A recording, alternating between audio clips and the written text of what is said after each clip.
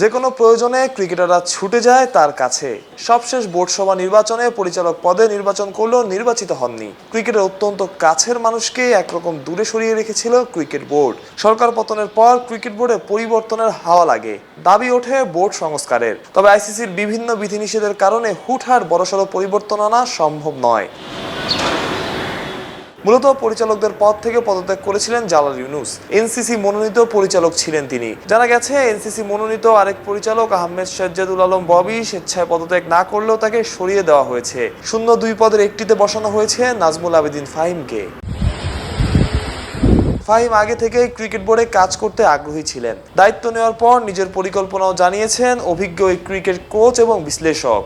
সবার মধ্যে কমিউনিকেশনটা খুব ভালোভাবে দরকার এবং গ্যাপটা না থাকাটা খুব জরুরি, সো দ্যাট একটা ডিপার্টমেন্টের সাথে আরেকটা ডিপার্টমেন্টে আলাপ করতে পারে, কমপ্লিমেন্ট করতে পারে, কোথায় কী দরকার সেটা যেন কমপ্লিমেন্ট করতে পারে। সেইটাতে যেটা হবে কি, যে কেউ যে কোনো ডিপার্টমেন্টে থেকে কিন্তু অন্য ডিপার্টমেন্টে ইনপুট দিতে পারবে, অবজারভেশন শেয়ার করতে পারবে। আমি জানি, কারণ শুধু যে পাইপলাইনের কথা যদি বলি, গ্রাসরুট লেভেল ক্রিকেটের কথা বলি, সেটাই না।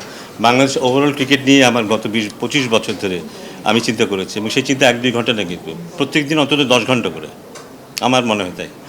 এবং আমার কিন্তু একটা ক্লিয়ার পিকচার আছে, একদম অ্যাবসলিউটলি একটা ক্লিয়ার পিকচার আছে একটা প্লেয়ারের হাতে কী থাকতে হবে, 10 বছরের একটা প্লেয়ারের হাতে, একটা ডিস্ট্রিক্টের একটা ছেলের হাতে কী থাকতে হবে।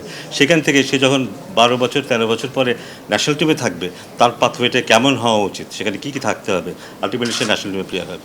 সো আমার অভিজ্ঞতা সেটা আছে কিন্তু, কারণ তামিম, সাকিব, মুশফিক এবং আরও যারা ছিল তারা কিন্তু আমার সাথে যোগ হয়েছিল সেই 14 বছর বয়সে, এবং তাদের বয়স যখন 19-20 হয়েছে, তারপর আস্তে আস্তে তারা ন্যাশনাল টিমে খেলেছে, এবং তারপরেও কিন্তু সরাসরি যোগাযোগ ছিল সবসময়। সো ওই আন্ডারস্ট্যান্ডিংটা আমার আছে। সো আমার মনে হয় যে এটা একটা ভালো জিনিস হবে, সেই আন্ডারস্ট্যান্ডিংটা নিয়ে আমি যদি কাজ করতে পারি। প্রেসিডেন্ট তো ডেফিনেটলি আছেন, বাট আমি বলবো যে যেখানেই থাকি সেখান থেকে আমি যদি একটা সেই উইমেন্স ক্রিকেটে থাকি, আমি কিন্তু আম্পায়ার ক্রিকেটের সাথে যোগাযোগ করতে পারবো, আমার অবজেশন শেয়ার করতে পারবো, কী করা উচিত সে শেয়ার করতে পারবো, এবং সেটা কিন্তু হওয়া উচিত। তাই হবে কি, ইস্যুগুলি তাড়াতাড়ি রিজলভ হবে খুব তাড়াতাড়ি, এবং আমরা যে ডিরেকশনে যেতে চাচ্ছি সেই জিনিসটাতে যাওয়া সম্ভব হবে। 250-টিরও বেশি ডিজাইন অপশন নিয়ে ওয়ালটন স্মার্ট ফ্রিজ, বোঝে আপনার প্রয়োজন।